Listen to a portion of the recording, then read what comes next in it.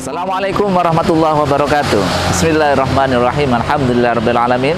Wassalatu wassalamu ala asrafil anbiya wal mursalin Sayyidina wa maulana wa habibina Muhammadin wa ala alihi wa sahbihi ajmain, amma ba'du.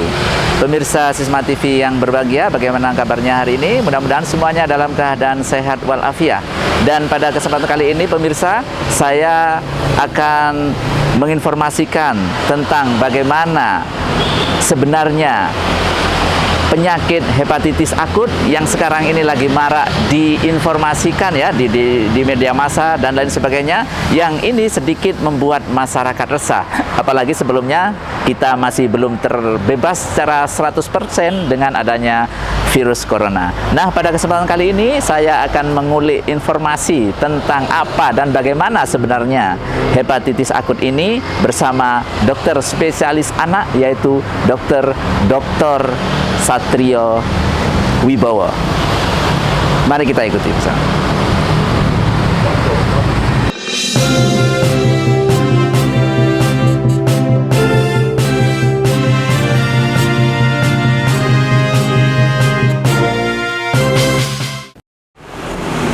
Baik pemirsa Sisma TV yang berbahagia, saat ini kita bersama Dr.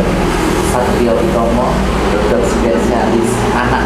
Nah, kita akan membincangkan tentang penyakit yang akhir-akhir ini sedang viral ini ya, yaitu penyakit hepatitis akut. Sebelumnya kita sapa dulu beliau. Assalamualaikum dok. Iya. Waalaikumsalam warahmatullahi wabarakatuh. Izinkan saya menyapa juga pemirsa di rumah, Bapak Ibu sekalian. Saya Satrio Wibowo, saya dokter spesialis anak yang saat ini bekerja di Rumah Sakit Saiful Anwar Malang dan Fakultas Kedokteran Universitas Brawijaya Malang. Kebetulan saya saat ini bekerja di Divisi Pencernaan dan Hati Anak. Senang sekali bergabung dengan Siswa TV, Pak Maskur. Mudah-mudahan saya bisa membantu memberikan informasi terkait beberapa permasalahan atau isu-isu terkait kesehatan yang saat ini sedang ramai. Dan saya juga terima kasih nih dok atas waktunya ini ya. Pak, sami-sami. Oke, dok, ketika kita membincangkan tentang hepatitis akut yang katanya ini masih belum diketahui penyebabnya. Ini sebenarnya bagaimana? Penyakitnya apa ini? Ya, baik. Pada tanggal 5 April 2022, yaitu sebuah laporan mengenai suatu kasus sakit kuning di Inggris itu mulai dirilis dan kemudian dilaporkan ke WHO karena pada waktu itu ada sekitar 10 anak yang memiliki gejala demam, kemudian kuning, kemudian sakit perut, kemudian disertai dengan diare yang sebenarnya sesuai dengan gambaran hepatitis, namun tidak pada saat dilakukan pemeriksaan tidak sesuai dengan virus hepatitis A, B, C, D, dan E. Dan kemudian ini bergulir dari Inggris ke negara Eropa Utara, Denmark, Belanda, Jerman, kemudian sampai ke Eropa Timur, Eropa Selatan ya, termasuk Italia.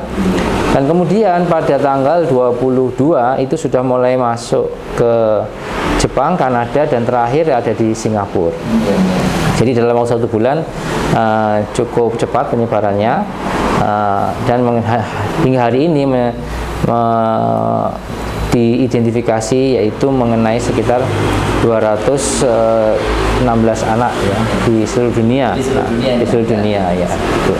Nah, kemudian inilah sebagai gambaran awal bahwa ada suatu penyakit yang gambarannya itu menyerupai hepatitis, namun penyebabnya tidak sesuai dengan hepatitis A, B, dan C dan D. Nah, kemudian yang juga agak memberikan perhatian adalah pada beberapa kasus, tidak semua, itu ada yang menjadi berat ya, menjadi berat kemudian menyebabkan kegagalan organ hati dan kematian. Kemudian ini dipublikasikan dalam laporan WHO sehingga kemudian muncullah isu hepatitis misterius ya.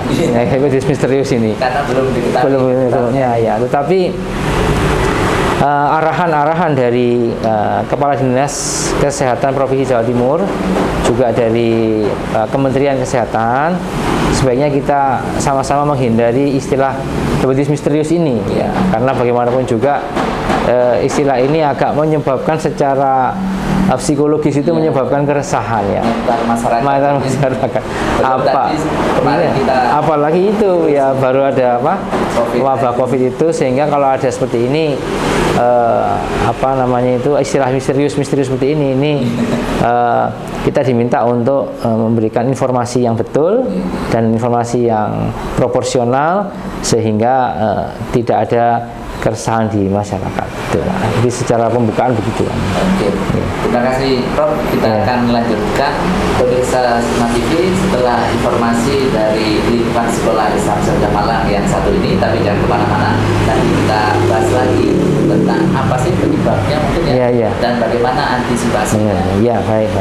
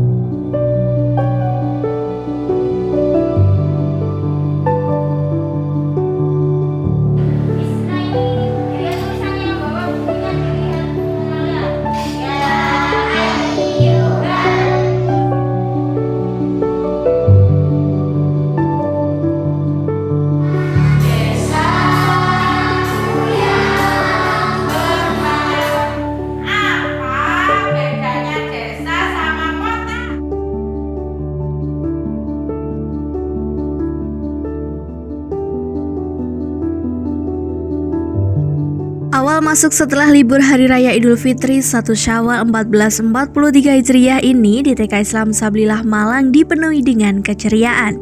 Di antaranya karena seluruh siswa sekarang sudah masuk 100%. Namun demikian tentunya masih menerapkan protokol kesehatan COVID-19 sesuai dengan arahan dari pemerintah Kota Malang, yaitu masih tetap memakai masker secara ketat.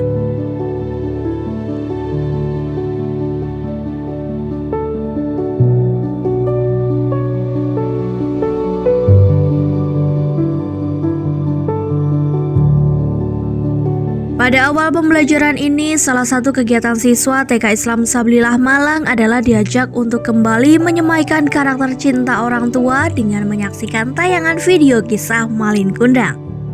Terlihat siswa TK Islam Sabillah Malang sangat antusias dengan kegiatan tersebut.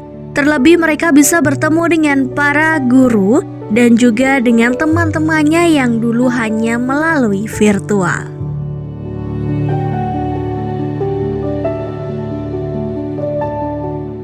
Setelah libur panjang lebaran, alhamdulillah siswa TK Islam Sabillah hari ini sudah masuk 100% luring. Kemudian kegiatan pada hari ini yaitu Ananda diajak untuk menonton video yaitu tentang cerita rakyat Malin Kundang. Nah, hal ini dimaksudkan yang bertujuan untuk supaya Ananda bisa lebih menumbuhkan rasa cinta, yaitu cinta kepada orang tua. Seperti itu.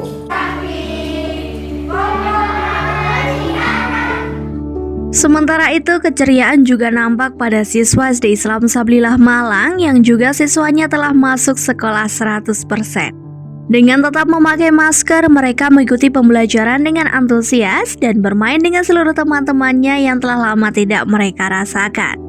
Maka kalian juga harus sering menghargai. Namun demikian, untuk tetap menjaga kesehatan mereka, standar kesehatan COVID-19 tetap dijalankan dengan ketat, yaitu selain memakai masker, setiap masuk ke area sekolah, yaitu setiap pagi selalu dilakukan cek suhu, dan diharuskan selalu mencuci tangan dengan hand sanitizer.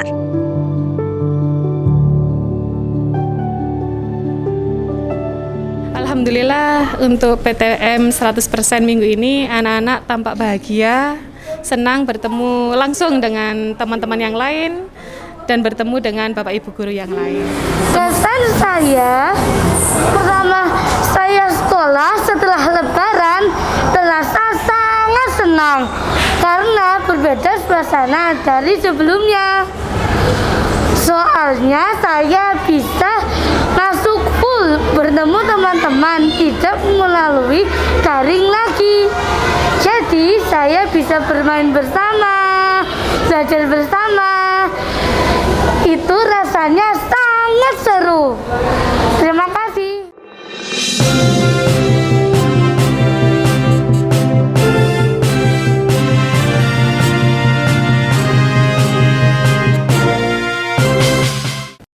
Baik pemirsa Smart TV yang berbahagia, tadi kita telah mendengarkan penjelasan sekilas awal ya tentang hepatitis akut yang ternyata sampai sekarang masih belum diketahui penyebabnya. Mungkin dokter bisa menjelaskan kenapa ini kok masih belum diketahui, atau adakah kalau kita nggak mengetahui penyebabnya lalu bagaimana kita antisipasinya? Baik, nah, pertanyaannya bagus sekali. Jadi sebenarnya tidak diketahui penyebabnya itu di dalam kalangan medis sendiri itu bukan benar-benar tidak diketahui. Tapi kita ada beberapa dugaan ya, karena pada beberapa kasus itu ada 74% kasus sebenarnya dari yang 169 kasus yang awal itu sudah teridentifikasi dugaan virus penyebabnya. Hanya para ahli masih belum berani mengkonfirmasi karena virus ini biasanya itu menyerang saluran pernafasan atau saluran pencernaan dengan gejala yang ringan. Jadi ya, ada namanya adenovirus ya. Apakah ini merupakan adenovirus yang mengalami mutasi atau virus ini merupakan virus yang lama tetapi diikuti oleh infeksi yang lain atau terjadi koinfeksi atau sebenarnya atau yang lainnya, sehingga bukan benar-benar tidak diketahui, tetapi sudah ada dugaan mengenai itu. Hanya saja kami dari kalangan medis pada umumnya masih menunggu ya konfirmasi dari pemeriksaan-pemeriksaan lain yang lebih sifatnya lebih akurat tentunya ya. Jadi sampai saat ini masih dilakukan penelitian terus? Ya, masih melakukan penelitian. Nah, kemudian terkait dengan pertanyaan kedua tadi, bagaimana antisipasi ya, antisipasinya untuk warga masyarakat. Ada 3 hal poin penting yang perlu saya sampaikan dalam hal antisipasi ini. Yang pertama, agar warga masyarakat tetap tenang, tidak perlu khawatir, tidak perlu kemudian merasa panik dan sebagainya. Sebab kalau melihat gambaran situasi kasus saat ini itu attack rate ya, attack rate itu adalah daya serangnya. Daya serangnya itu tidak setinggi COVID. Ya, jadi kalau COVID itu kalau kita mengikuti berita itu kan positif harian itu bisa 700, 1000, 5000 ya. Itu kan yang terkena itu laporan itu harian itu kalau kita lihat di televisi atau media itu positif rate-nya itu bisa tinggi dalam sehari. Ini kan tidak. Jadi dalam waktu 1 bulan ini ya hanya beberapa anak saja. Di negara seluas Inggris dengan jutaan orang itu hanya 10 aja. Ya, di Italia dengan jutaan orang ya cuma 2 saja. Jadi attack rate-nya atau daya serangnya tidak terlalu tinggi. Kemudian yang kedua, kenapa kita tidak perlu khawatir? Karena yang diserang juga tidak semua kelompok umur. Kalau semua dulu kan COVID itu dari mulai muda sampai ya ini kan di bawah 10 tahun. Yang tertua ada satu itu 16 tahun ya, tapi yang lain-lainnya tidak begitu. Kemudian yang ketiga yaitu dari laporan yang kami dapatkan yang dia mengalami kemudian gawat atau jatuh dalam keadaan yang lebih buruk, itu adalah anak-anak yang memang sudah awalnya sudah punya potensi. Artinya dia memang dia anak yang mungkin ada penyakit darah, penyakit keganasan ya, yang memang imunnya sudah rendah sejak awal. Jadi insya Allah daya serangnya rendah, tidak semua kelompok umur, dan yang parah pada kelompok-kelompok dengan resiko ya. Jadi tidak perlu panik, tidak perlu khawatir. Itu poin pertama. Poin kedua adalah tetap waspada. Walaupun kita tidak panik, tetap waspada. Apabila orang tua punya anak yang saat ini usianya sekolah di bawah 10 tahun sampai 12 tahun, satu, rajin-rajin cuci tangan. Dua, pulang sekolah mandi, itu harus bersih, ganti pakaian, mandi, baru makan, baru megang mainan atau mengerjakan tugas yang lain. Tiga, biasakan hidup sehat, sirkulasi rumah ya, ini harus dipel atau tempat-tempat, karena virus itu bisa hidup di permukaan kering lama ya. Kemudian memanfaatkan jamban atau toilet keluarga ya, kata apabila ada yang tinggal di daerah-daerah di luar perkotaan ya, kalau bisa jangan buang tinja kotoran di sungai atau tempat umum ya, harus di toilet ya. Dan yang kelima tetap pakai masker, karena kita belum tahu karakter virus ini, bisa saja menular melalui udara ya. Jadi tetap menggunakan masker. Kemudian yang keenam, tidak boleh jajan sembarangan. Pihak sekolah pun kalau misalnya kalau bisa kalau menyediakan kantin ya, kantin yang sehat atau yang tertutup yang aman untuk anak-anak ya, tidak. Di sekolah ini juga rentan nih dok, karena biasanya di halaman-halaman sekolah. Nah itu yang saya maksudkan, jangan jajan dulu sementara ini, dan menghindari fasilitas publik yang itu yang ramai, seperti kayak tempat wisata, kolam renang itu jangan dulu sementara ini. Itu. Kemudian yang poin yang ketiga yang ingin saya juga sampaikan ya tadi, tetap waspada tapi jangan panik. Dan yang ketiga, kita ini bahkan orang timur ya, dan di Indonesia ini terkenal negara yang religius ya. Mari kita sama-sama memohon, berdoa kepada Allah agar Allah ini melindungi anak-anak kita semua ya. Kalau ibu-ibu sempurnakan doanya, karena itu yang paling yang paling bisa melindungi itu ya yang Maha Pencipta. Doa orang tua nih paling mandi, terutama doa itu. Kita sholat kita sempurnakan, tahajud kita, dalam tahajud kita doakan anak-anak kita ini semua untuk selamat. Itu Pak, 3 poin antisipasinya ini. Baik pemirsa Smart TV yang berbahagia, tadi sudah dijelaskan bagaimana poin-poin penting untuk antisipasi supaya anak-anak kita ya, yang ternyata sasarannya itu di bawah usia 12 tahun, 12 tahun ke bawah ya. Mudah-mudahan kita semua dapat memiliki ketahuan ini dan diterapkan dalam kehidupan sehari-hari. Baik, jangan kemana-mana, kita akan melanjutkan obrolan kita tentang sosialisasi hepatitis akut ini bersama Dr. Satrio.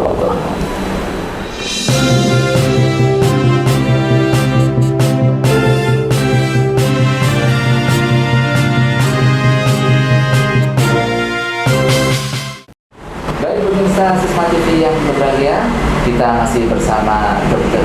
Satrio Wibowo. Kita akan bahas tentang penyakit hepatitis akut ya, dan tadi sudah dijelaskan bagaimana kita harus mengantisipasinya, dan mungkin kita sekarang akan mengulik penjelasan beliau nih tentang bagaimana sih gejalanya ya, sehingga kita orang tua di rumah akan antisipasi juga ketika putra-putrinya terkena gejalanya. Gimana ini?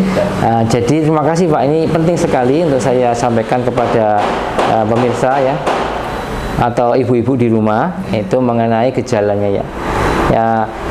Kita harus waspada apabila anak kita mengalami 5 hal ini Pak. 1 demam, 2 diare, 3 muntah-muntah, 4 sakit perut dan kuning. Nah ini kalau cuma demam saja mungkin bukan suatu ini ya, bukan hepatitis ya, atau mungkin hanya sakit perut saja mungkin bukan, atau mungkin hanya mencet saja bukan. Tapi kalau ada demam, diare, sakit perut, muntah dan kuning ya, kuning ini kemudian diikuti dengan kuning, ini kita mesti hati-hati. Nah, apalagi itu disertai misalnya dengan nafsu makannya menurun, ditambah lagi dengan lemes, ditambah lagi dengan kejang atau penurunan kesadaran, ya sulit dibangunkan, ini lebih gawat lagi. Tetapi tanda-tanda awalnya ya tadi panas, muntah, diare, sakit perut dan kuning. Ada kuning itu kan. Karena namanya aja hepatitis ya, berarti dia menyerang hepar atau menyerang hati. Hati ini untuk pembuangan bilirubin, sehingga kalau ada keradangan biasanya dia ditandai dengan kuning. Biasanya tampak awal itu pada mata atau pada kulit ya, sebagian pada kulit. Kemudian saran saya bagaimana segera bawa anak ke pusat-pusat pelayanan kesehatan. Boleh ke rumah sakit, boleh ke puskesmas atau ke klinik atau ke dokter praktek swasta atau dokter spesialis anak untuk mendapatkan pemeriksaan serta pemeriksaan laboratorium, yaitu untuk memastikan apakah ini masuk di dalam hepatitis atau bukan. Begitu. Oke, berarti memang gejala awal kita harus waspada ini. Iya, 5 tadi. 5 itu tadi ya. Kemudian untuk di Jawa Timur sendiri ini kondisinya bagaimana ini? Kalau beberapa hari yang lalu ini pemberitaannya Jawa Timur kondisinya bagaimana? Ya, jadi saya perlu menyampaikan ada 2 istilah ya di Jawa Timur ini, dan saya menggunakan istilah yang digunakan oleh Kepala Dinas Kesehatan Provinsi Jawa Timur, yaitu Dr. Erwin. Itu ada 2, sindrom jaundice akut dan hepatitis akut. Nah, ini saya terangkan begini Pak. Sindrom jaundice akut adalah suatu kumpulan gejala kuning pada anak. Nah, kuning ini ternyata penyebabnya itu bermacam-macam. Bisa karena kelainan darah, bisa karena kelainan saluran empedu, bisa oleh karena penggunaan obat, bisa oleh karena penyakit autoimun, dan bisa oleh karena hepatitis. Nah, jadi yang dilaporkan oleh media massa beberapa waktu di Jawa Timur banyak 100 sekian. Nah, itu bukannya hepatitis tapi kuning secara umum atau sindroma kuning akut. Memang diantaranya ada yang hepatitis. Mohon maaf. Seperti kalau kita punya HP, analoginya ya HP ya. HP itu kan banyak, tapi ada yang mereknya Samsung, Nokia, Xiaomi, Oppo dan sebagainya. Tidak semua HP mereknya Samsung misalnya begitu. Nah, sama sindroma jaundice akut ini memang banyak, betul dilaporkan ada kuning. 116 kasus atau berapa itu, tetapi tidak semuanya hepatitis. Nah, sebagian kecilnya hepatitis. Nah, hepatitis ini sebagiannya A, B, C, D, hanya sebagian kecilnya mungkin nanti ada yang tidak diketahui. Nah, alhamdulillah sampai saat ini laporan dari Dinas Kesehatan masih 0. Nah, kasus ya dugaan yang di Surabaya ada 2 atau 3 kasus itu, alhamdulillah terbukti bukan. Itu kemungkinan karena kelainan sumbatan. Kemudian yang di Tulungagung sepertinya juga bukan, itu kemungkinan oleh karena infeksi bakteri yang lain, bukan virus yang ini. Ya, kemudian juga di Malang kami ada 2 kasus suspek, alhamdulillah bukan ya. Lebih pada infeksi toksoplasma namanya itu, jadi bukan. Alhamdulillah kuningnya memang iya ada, tetapi yang karena sindrom akut insya Allah belum ada. Aman, Jawa Timur masih aman. Ini. Tidak ada yang mengaitkan ini dengan corona, ini tidak ada kaitannya ini Bro. Untuk yang corona memang alhamdulillah belum ada bukti penelitian yang mengatakan ini berkaitan dengan coronavirus atau berkaitan dengan pelaksanaan vaksin coronavirus pada anak-anak. Ya, itu kan memang ada ada dugaan demikian. Apakah ini suatu mutasi dari coronavirus sehingga sekarang menyerangnya liver? Ada yang mengatakan loh ini laporannya keluar setelah ada vaksin corona itu. Kemudian ya, alhamdulillah tidak ada ya, karena kalau karena vaksin corona kan berarti semua anak yang divaksin kuning semua. Nah, ini kan tidak ya. Bahkan yang tidak divaksin pun juga kuning. Berarti ini bukan. Jadi tidak ada hubungannya dengan coronanya dan tidak ada hubungannya dengan vaksinnya. Baik, terima kasih Dok. Mungkin ada pesan terakhir atau gimana terhadap kondisi ini sebagai kesimpulannya ini. Baik, terima kasih para pemirsa sekalian. Saya sebagai salah satu anggota tim Satgas dari kewaspadaan dan penanggulangan hepatitis akut yang belum diketahui penyebabnya, ingin menyampaikan beberapa hal sebagai kesimpulan kita pada kesempatan pada hari ini. Yang pertama adalah agar kita semua tetap tenang, tidak perlu resah gelisah ya, karena penyakit ini alhamdulillah untuk saat ini di Jawa Timur belum ada. Kemudian daya serangnya juga tidak setinggi COVID ya. Kemudian juga tidak semua komunitas atau semua kelompok umur dia diserang ya. Jadi insya Allah ini tidak, masalahnya tidak sebesar yang di dalam pemberitaan, sehingga kami minta agar masyarakat tetap tenang.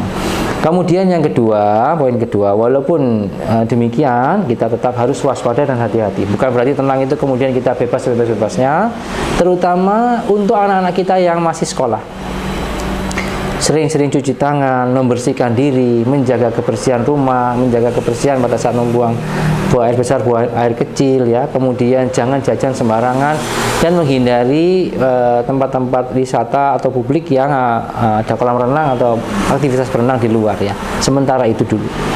Kemudian pesan saya yang ketiga, apabila mendapatkan anak dengan gejala panas, muntah, saluran pencernaan ya, sakit perut, diare dan kuning, maka segera bawa Ananda ke rumah sakit, rumah puskesmas, fasilitas kesehatan, klinik atau praktek dokter untuk mendapatkan pemeriksaan. Dan mungkin sebagai penutup tadi sudah saya sampaikan, marilah kita sama-sama sebagai umat yang baik, kita sama-sama menyempurnakan ikhtiar kita memohon kepada Allah agar kita, keluarga kita, anak-anak kita, masyarakat kita, negeri kita diselamatkan dari hal-hal yang tidak baik atau berbahaya. Begitu Pak Masker, terima kasih. Terima kasih. Ya. Baik, terima kasih Dok atas penjelasannya yang mungkin sangat berarti ya, karena di luar sana dengan pemberitaan yang ada memang ini sedikit menimbulkan keresahan. Ternyata kita harus waspada titik, tapi tetap harus tenang juga. Baik pemirsa Smart TV yang berbahagia, dengan tadi pembicaraan kita, obrolan kita tentang hepatitis akut yang bersama Dr. Satrio Wibowo, spesialis dokter anak ini. Spesialis anak. Mudah-mudahan dapat menginspirasi kita, khususnya orang tua siswa ya di rumah. Mudah-mudahan ini menjadi pengetahuan yang bermanfaat bagi kita semua, dan dalam rangka tetap menjaga keluarga kita menjadi keluarga yang sehat ya. Karena dengan keluarga yang sehat, insya Allah cita-cita Ananda menjadi Ananda yang soleh-solehah, bahagia hidupnya di dunia dan di akhirat akan tercapai. Sekian dari kami, saya Mas Prati beserta seluruh kerabat kerja mengucapkan terima kasih atas perhatian Anda. Tak lupa kami selalu mengingatkan tetap jaga kesehatan dimanapun Anda berada. Sisma TV mendidik membangun peradaban dunia.